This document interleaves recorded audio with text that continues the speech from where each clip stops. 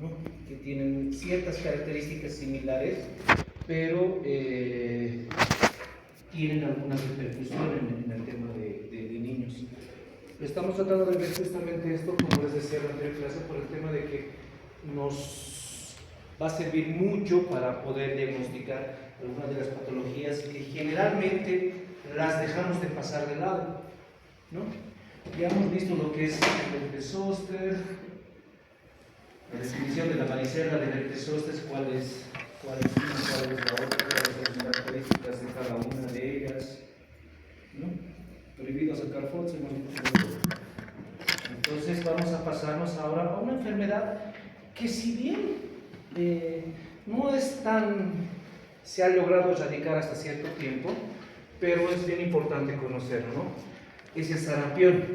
El sarampión es una enfermedad respiratoria viral aguda, altamente contagiosa, que se transmite por contagio directo con gotitas infecciosas que se liberan en el aire cuando una persona infectada respira, tose o estornuda.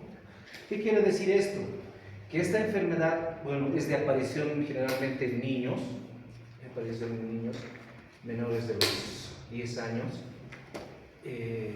es muy contagiosa, sumamente contagiosa, y es directamente por las gotitas infecciosas que se dejan y se liberan cuando la persona está acá. Si un niño viene acá y se queda acá, y después de una hora ustedes entran, como ahorita hemos hecho, puede llegar a contagiarse alguno de ustedes si es que no está protegido contra esta enfermedad, ¿no? Entonces es sumamente contagioso. Sus signos o sus características clínicas son parecidas a las de un resfrío, ¿no? El respirar, el toser, el estornudo, ¿no? Como dice, puede permanecer infeccioso en el aire hasta 2 horas después de que la persona infectada haya abandonado la zona. O sea, cuando una persona viene y está con esa infección, las personas que pueden llegar después se pueden llegar a contagiar. No, es una de las, por ende, por la enfermedad es una de las que más se la considera infecciosa y una de las más contagiosas.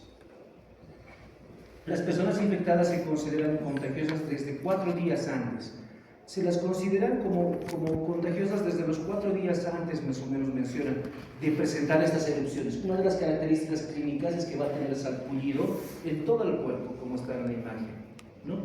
Pero mencionan que los niños o las personas que tienen esta enfermedad pueden ser contagiosas hasta 4 días.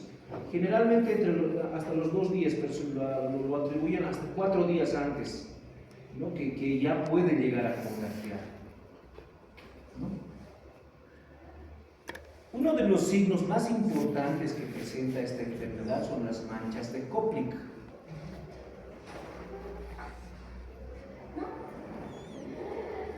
Aquí está.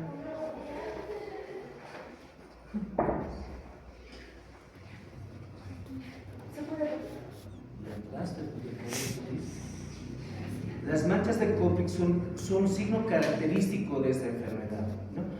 Consiste en la presencia de pequeñas manchas blancas, grisáceas, envueltas o circunscritas por un halo rojo eritematoso. ¿Se recuerdan qué patología hemos llevado en la anterior clase? Que decía lo mismo, ¿no? Alrededor que se asemejan unos granos de sal, el tema de esa ubicación, y eso seguramente lo veremos. Esta es la imagen, ¿no? Son granos blancos grisáceos que están envueltas por un halo rojo, ¿no? Aquí están envueltas por un halo rojito. Estas manchas de Koplik son las que se presentan en boca. Por eso su estudio, su conocimiento de esta enfermedad y de estas manchas de Koplik es importante. Porque ¿quiénes verían primero esta enfermedad? Somos nosotros, los odontólogos.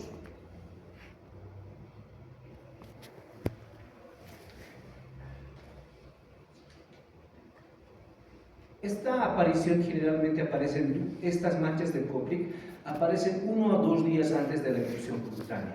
O sea, cuando ya aparece la erupción cutánea, todo el mundo ya sabe, no, tiene sarampión, es sarampión, puede ser sarampión. Pero antes de que aparezcan estas manchas o estas erupciones en el cuerpo, aparecen estas manchas de Koplik.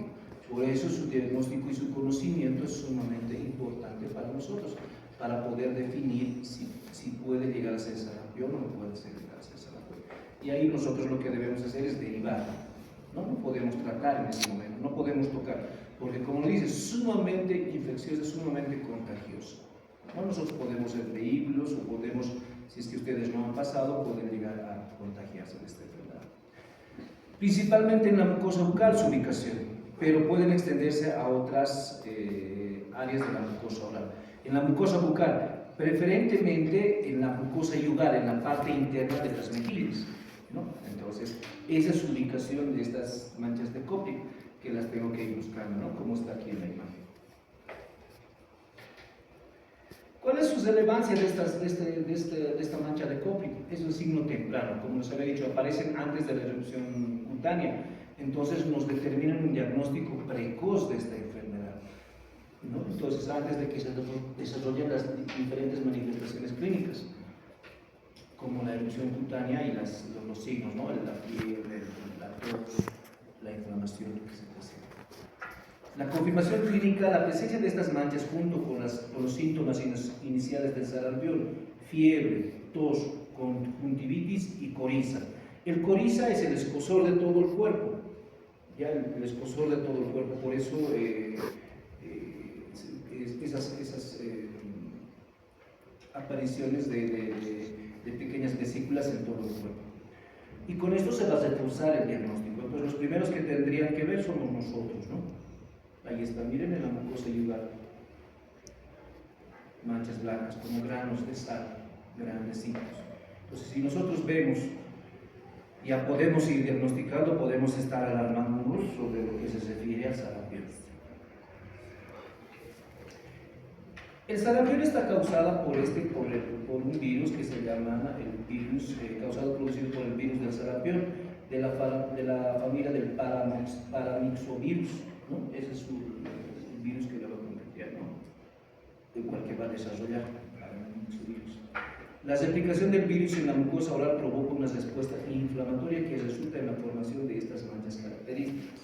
Eso es sumamente patognomónico, lo podemos llamar. En nuestro medio, esto lo he sacado de la página del ministerio, si lo quieren leer, si lo quieren copiar, para que no esté sacando fotos como el amador. Esta vacuna del sarampión en nuestro medio, en nuestro país, está en una sola vacuna, la que es el SRP. Ustedes van a ir de provincia al año, o sea que el PAI ustedes tienen que dominar, y esto está dentro del PAI. El programa ampliado de inmunizaciones. El PAI 1, el PAI 2, ustedes ya van a dominar. Pero este PAI está, una de las vacunas que tiene es el SRP, contra el sarampión, contra la rubiola y contra la parotinitis, ¿no? La vacuna del SRP es una suspensión de cepas de virus atenuados, o sea, son virus atenuados de sarampión. Este es el nombre de la cepa, de la parotinitis es esta y de la rubiola es esta. Entonces son tres enfermedades que va a prevenir, que va a inmunizar esta vacuna, ¿no?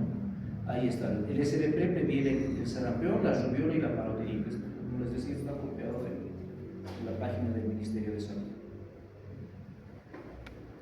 La presentación que se realiza solo es una sola dosis, ¿no? Una sola dosis que viene en este componente que se los va a ir mezclando, y tiene diferentes tipos de agujas para ver el tema del paciente. La edad en la que se realiza esta vacuna del sarampión es entre los 12 a 23 meses, solo se necesita una dosis, la cantidad de 0.5 ml, ¿no? Por el tema de que es un bebé, entonces se necesita muy poca cantidad. Es subcutáneo, generalmente se produce en el brazo izquierdo.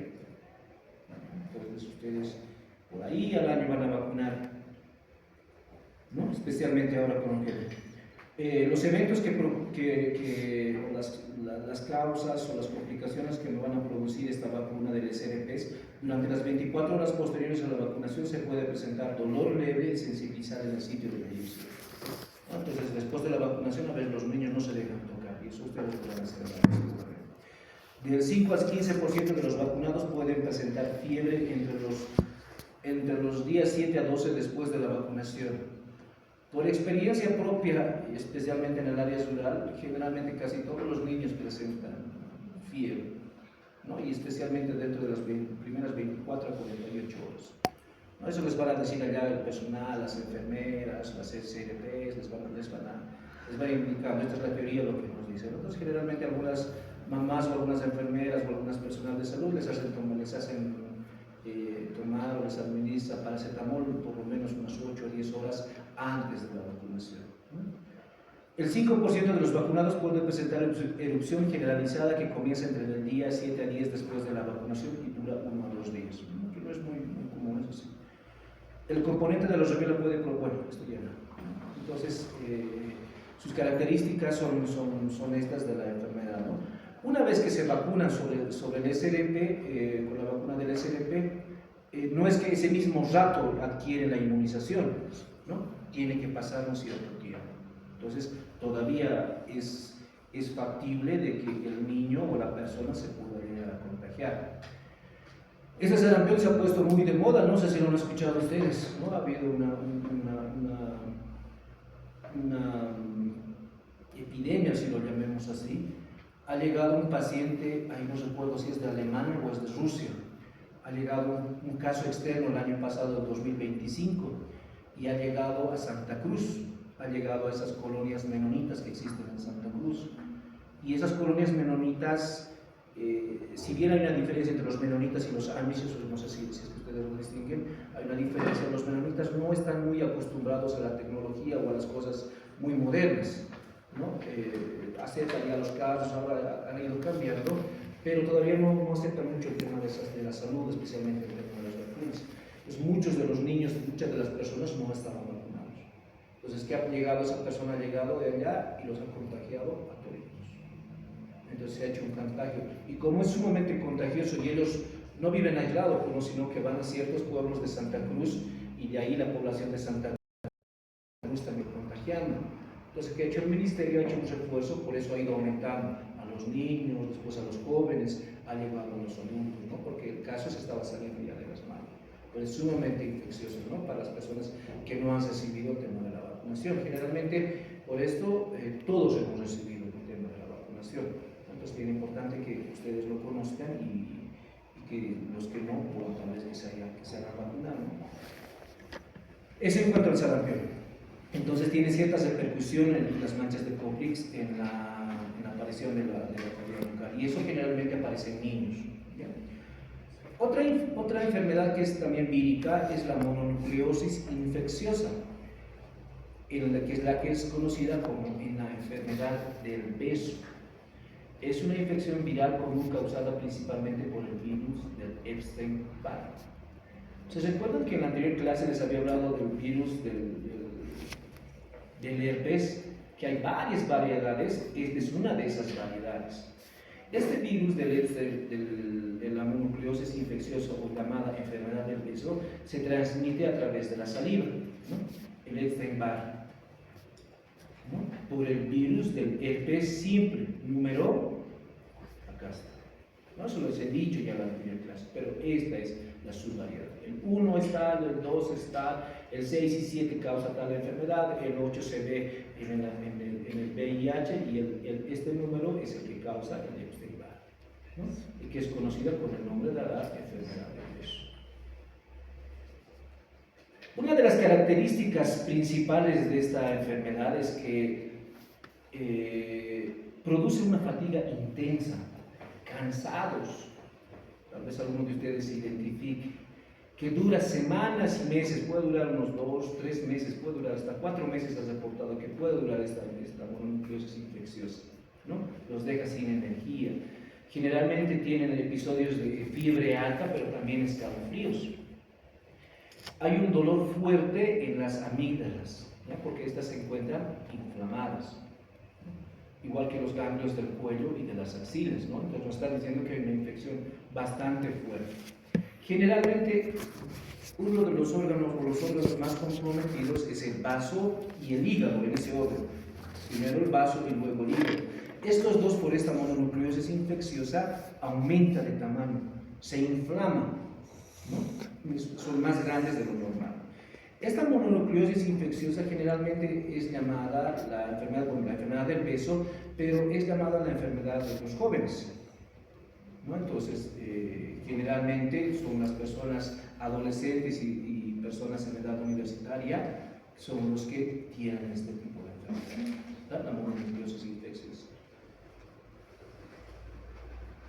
Las causas del contagio de esta enfermedad se propaga generalmente, como le decía, al besar, es decir, saliva a saliva, el toser, el estornudar, el compartir vasos y cubiertos.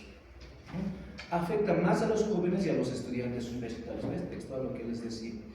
Y los niños pequeños suelen pasar la infección sin tantos síntomas, ¿no? El cansancio en especial. El cansancio en especial no tienen tanto los niños. Acá los jóvenes, en teoría, los que están más cansados, 1 o 2 meses, sin energía, generalmente tienen sed, a veces les duele aquí, lo sienten inflamado a la altura del vaso y a la altura del hígado, puede ser un signo de preocupación que puedan tener y las otras características que se vayan a presentar en boca. ¿Por qué es importante para nosotros? Porque como lo hemos dicho, el contagio es saliva a saliva, ¿no? Nosotros no tenemos saliva, estamos constantemente con el tema de saliva. Se propaga al besar, una de las características saliva a saliva, al toser. Los niños yo los veo atender en la clínica, y eso es común. Los niños vienen con todo y nos están tosiendo y están tosiendo todo lo que está a su alrededor. El estornudar y el compartir vasos y cubiertos, ¿no? Y nosotros compartimos espejo. No, doctor, ¿tienes espátula? No. ¿Tienes espejito? No. Y se acuestan de su compañero. Eso lo agarran y lo limpian, ¿no? Entonces es un signo de que nosotros podemos encontrar. La diferencia es que en los niños no es muy común, pero se suele presentar. Los signos se atenúan, pero suelen presentarse. Generalmente lo que se ve en la boca son las amígdalas inflamadas. ¿No? Hay que ver el tema de las amígdalas inflamadas. Tratamientos. El descanso tiene que ser un descanso total, ¿no? Para ayudar al cuerpo a sanar, especialmente cuando es un poco crónico, arriba de 10 meses y medio, tienen que descansar. Beber mucha agua, porque están sumamente deshidratados, ¿no? Sumamente deshidratados. Pues les decía, ver el tema de la turgencia de la piel es sumamente importante. Medicamentos base solo para bajar la fiebre y calmar el dolor, o sea, son tratamientos sintomáticos. Yo no puedo recetarle tal medicamento para eliminar este virus, ¿no? Tiene que pasar, porque así puedo atenuar los signos. Si tiene fiebre, daré paracetamol, algún antipirético. Si tiene dolor, algún tipo de analgésico, de acuerdo a la edad, de acuerdo a las características del paciente.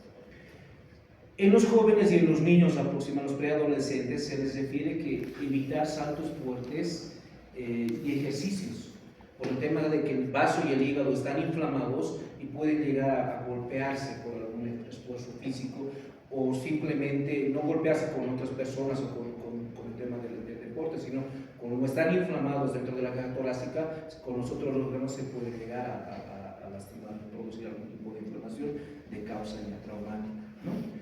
En estos casos, no usar amoxicilina ni ampicilina, ningún tipo de medicamentos que quieran combatir esta infección, ¿ya?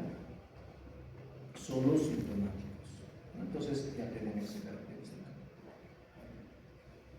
Otra enfermedad que lo podemos decir que es parecida o que tiene las mismas características en cuanto a su comportamiento es los coxsackievirus, ¿no? Estos toxovirus pertenecen al género de los enterovirus, esa es a la familia a la que pertenecen. Estos enterovirus engloban 5 especies diferentes: el poliovirus, el coxsackie A, el coxsackie B, el hechovirus y el enterovirus, ¿no? Entonces comparten. Este coxsackievirus, entonces, tiene estos 5 grupos. Entiéndanlo, es igual que el herpes 1, herpes 2, herpes 3, herpes 4, herpes 5. En estos hay el poliovirus, el coxsackie A, el coxsackie B, el hechovirus y el enterovirus, ¿ya?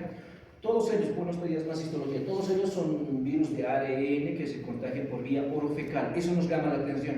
Orofecal. O por secreciones de la garganta y de la nariz. No estoy diciendo que hay contagio por vía anal y por vía oral, o sea, desde ahí se va a llegar a producir el contagio, ¿no?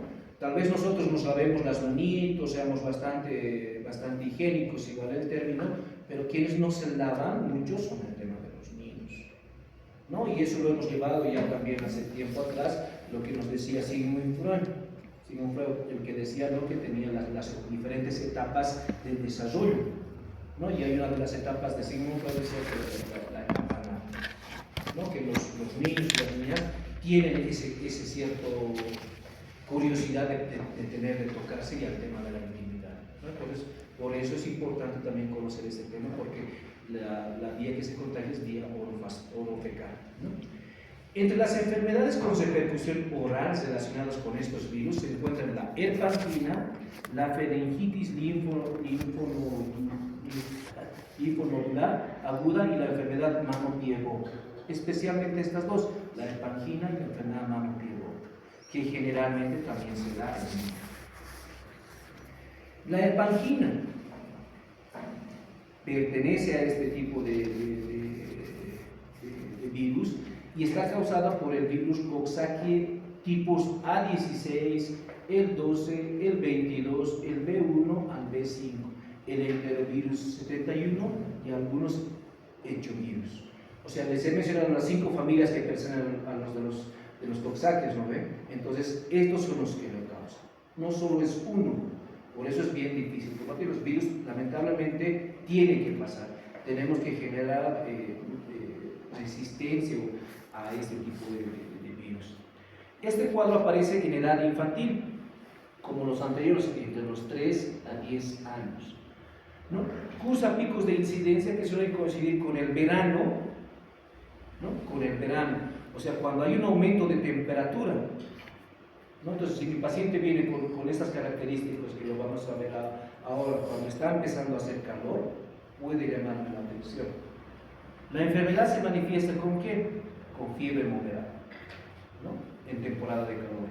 Lesiones orales, pápulas eritematosas, eso es lo primero que aparece. Primero son pápulas, luego estas pápulas se vuelven vesículas. Estas vesículas, como son elevaciones y tienen acumulación de líquido por el movimiento de la boca, revientan y se vuelven úlceras, ¿no? Y estas úlceras se van a generar, esta es la diferencia, en el sector posterior, ¿no?, en el paladar blando, en la úvula y en los pilares anularinos, ¿no? Esa es su ubicación. Entonces, cada uno tiene una cierta característica, la ubicación. El anterior, ¿dónde se presentaba? ¿Qué se inflamaba? Entonces, esto está cerca, pero no es en el mismo lugar, ¿no? Como ven en la imagen, está acá atrás. Eso es la herpangina. La enfermedad mano-pie-boca. Esta enfermedad causada por el virus, por el mismo virus, el tipo A16, el A5, el A7, el 9, el A10, el B2, el B5 y el enterovirus 71. Hay una cierta diferencia con el anterior. Alguito de diferencia. Esta igual es una enfermedad que suele afectar a los niños menores de 5 años. La otra es de los 3 a 10.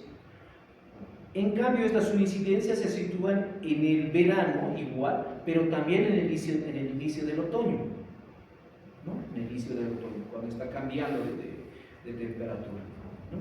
Y las características clínicas de esta enfermedad es fiebre, malestar y vómitos, ¿no? Es lo que nos llama la atención. En la cavidad oral aparecen lo mismo que el anterior, pápulas primero, eritematosas, hay un cambio de color, manchas rojizas. Esas manchas rojizas se vuelven en vesículas con contenido líquido. Al tener contenido líquido y una membrana son muy fáciles de reventar, si vale el término, y se vuelven estas úlceras, y estas úlceras son dolorosas, ¿no? Pero estas se localizan en el sector, a diferencia de las otras, ¿no? También aparecen lesiones cutáneas en forma de pápula localizadas. Esta es la característica, la diferencia con la anterior. También aparecen lesiones cutáneas en forma de pápulas, en este caso, localizadas en las manos y en los pies. Por eso es su nombre, enfermedad mano-pie-boca. Son vesículas en superficies palmares y plantares de manos y pies, y en la mucosa oral se observan lesiones en el cuadro de sintomatología aftosa que se resuelven en una semana. Como todas las enfermedades, tiene que llegar a pasar. No dura más de 10 a 14 días, ¿no? Tienen que llegar a pasar. Lo único que nosotros hacemos es tratar los síntomas. Si hay dolor, analgésicos. Si hay fiebre, antipiréticos, ¿no? Si hay inflamación, antiinflamatorios, que son ya, pero tratar de limitar solo los síntomas, ¿no? Ahí tienen las pápulas en las manos, en niños. Las pápulas en los pies, las pápulas en la boca, que también se pueden presentar en la parte anterior, fuera extraoralmente. Pueden llegar, porque los niños están así constantemente, ¿no? Entonces pueden llegar. ¿No? Entonces ese es signo característico: manos, pie, boca. Luego tenemos otro virus, es el virus del papiloma humano. Que si han visto esto en sus pacientes o en los niños que tal vez han tenido sus compañeros, allá.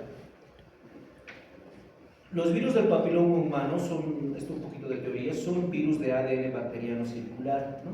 Se han descrito más de 100 genotipos diferentes de VPH y su seroprevalencia en la población general se sitúa en torno al 7%, o sea, de todo el mundo, el 7% tiene esta enfermedad.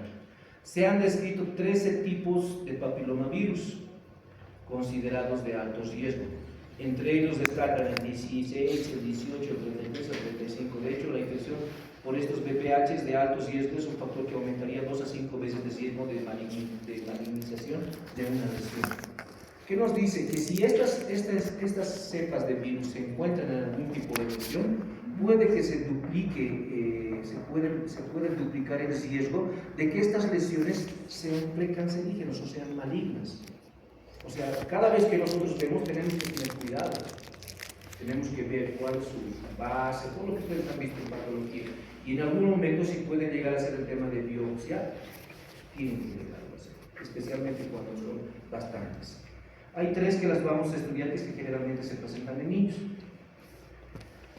Afortunadamente, la mayoría de las lesiones uriales producidas por el VIH son benignas, ¿no? Y son asintomáticas. Generalmente no lo sienten los niños, no lo sienten las personas. Quienes lo descubren somos nosotros. El signo histológico que nos indica la presencia de la infección por VPH es la coidocitosis. Eso es un poco más de teoría, más histológico. Las principales lesiones orales relacionadas con la infección del VPH son estas: el papiloma escamoso, la verruga vulgar o verruga común, el condiloma acuminado o verruga venérea y la hiperplasia epitelial focal o enfermedad de Henck, ¿no? Estas 4 patologías, especialmente las 3 primeras, y esa es la que vamos a ver. El papiloma escamoso es una lesión epitelial benigna, como la quiero decir, la mayor parte. Es relacionado con los virus del papiloma humano, el 6 y el 11 en especial. El 6 y el 11. Es una lesión exofítica que puede ser de base sessil o puede ser de base pediculada. Eso ustedes ya lo saben, ¿no? Unas base sessil y otras de base pedicular. Con pequeñas proyecciones a modo de dedo de guante. No sé si se recuerdan, a modo de dedo de guante.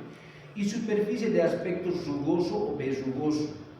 Puede localizarse en cualquier zona de la mucosa oral, aunque son frecuentes en la cara ventral de la lengua, en el frenillo lingual, el paladar y la mucosa labial interna. Ahí tenemos en el frenillo, en el labio, en la parte interna. Generalmente, cuando están agrupadas, pueden presentarse a manera de dedos de guante. Entonces yo tengo que tener esas características. La única manera de poder diagnosticar, aparte de la evidencia, de ver dónde se está dirigiendo, cuáles son sus características, es hacer un diagnóstico, una incisión, una biopsia, para poder confirmar el tipo de diagnóstico. ¿Ya? Generalmente, como son pequeñas, yo al hacer la incisión, ¿no? La incisión quirúrgica, generalmente se desaparece. La verruga vulgar o común es otra de las patologías. Esta lesión está relacionada con el mismo VPH, pero en este caso el 2 y el 4, generalmente, fundamentalmente. Esta es una lesión de base sessil, la otra sessil o pedicular, elevada, ovalada y verrugosa, de color blanco al estar muy queratinizada. Es su característica, queratinizada. O sea, se encuentra en lugares que también van a estar muy queratinizados. Estas lesiones tienen sobre todo localización cutánea, por eso, porque el epitelio de la piel es más caracterizado que el de la mucosa, generalmente a nivel de los dedos, porque está más caracterizado que el resto de la piel. En la cavidad oral suelen observarse sobre todo en la mucosa queratinizada, en la encía y en el paladar duro, que son los lugares más rígidos o más duros que tenemos en la mucosa, ¿no? Y está en el dedo, ¿no? Ya tenemos estos. Generalmente se ven unas formas redondeadas que la forma en la que tienen son unas líneas de B que me van a formar alrededor de esta verruga. Eso me menciona. Que pueden presentarse en el paladar duro, como está acá, como está también acá, ¿no? Generalmente el tratamiento de estas es una excisión quirúrgica o pueden ser tratados bajo crioterapia, o sea, congelándolos y haciéndolos una excisión. Se ha demostrado que esta verruga tiene cierta recidiva, ¿no? Tiene cierta recidiva en el momento de eliminarlas. Una de las características de esta verruga vulgar o verruga común es que también pueden ser contagiosas. O sea, cuando están un poco erosionadas y uno las puede tocar y está en periodos de sensibilidad, de baja de defensas, puede llegar a contagiarse, ¿no? Entonces, también es muy importante el tema del cuidado de nosotros que vayamos a manejar. Contagiarnos nosotros, contagiarnos a las personas o a nuestros propios pacientes que vayamos a atender. No, y el CIA también está acá, no se nota muy bien. Entonces, generalmente son indoloras, no las molestan, no tienen ningún tipo de sintomatología, entonces se encuentran más como hallazgos. ¿Y quiénes son los que encontramos, como les he dicho? Somos nosotros. Por último, el condiloma acuminado o verruga venérea. Esta lesión está relacionada con el BPH, pero en este caso el tipo 2, 6 y 11. Se caracterizan por presentar varias lesiones exofíticas parecidas a los papilomas, aunque de mayor tamaño, con carácter múltiple y agrupadas, ¿no? Entonces, casi tienen la misma imagen, pero sí son de mayor tamaño y mayor número. Tienen una coloración rosa coral, aunque están ligeramente queratinizadas, y su superficie tiene aspecto de coliflor. Estas lesiones son frecuentes en el área genital, ya que son sexualmente transmisibles, ¿no? Generalmente se encuentran en áreas genitales, ¿no? Como muestra en la imagen. ¿Por qué es importante que nosotros la vayamos a conocer? Este virus, este condiloma acuminado por el virus del papiloma humano, el 2, 6, 11, se contagia por contacto sexual, ¿no es cierto? Pero también de contacto a contacto, ¿no? Es decir, que si nosotros lo vemos en niños, menciona la literatura, uno de las primeras descartes que debemos hacer es el contagio sexual, ¿no? Puede ser el que sea de algún tipo de abuso, algún tipo de contacto que haya tenido, entonces tenemos que ir descartándolos. Por eso es bien importante conocer. Puede haber un contagio por contacto orogenital, ¿no? En la cavidad oral los condilomas acuminados son frecuentes, en labios, comisuras y encías, justamente por ese contacto genital o contacto sexual que generalmente existe.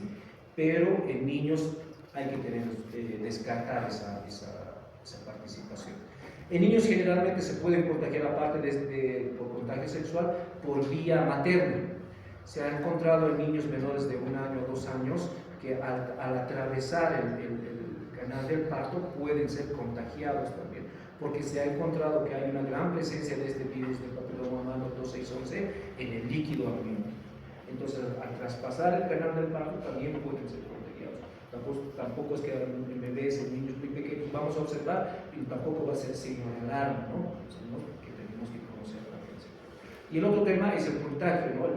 El contacto con esta verruga y el contacto después, ¿no? Puede ser que la mamá, el papá, el hermano, la familia que esté tenga contacto con esas verrugas y después haya llevado algún utensilio con su misma manito, haya llevado a la boca del niño. Puede llegar a contagiarse, ¿no? codiloma humano.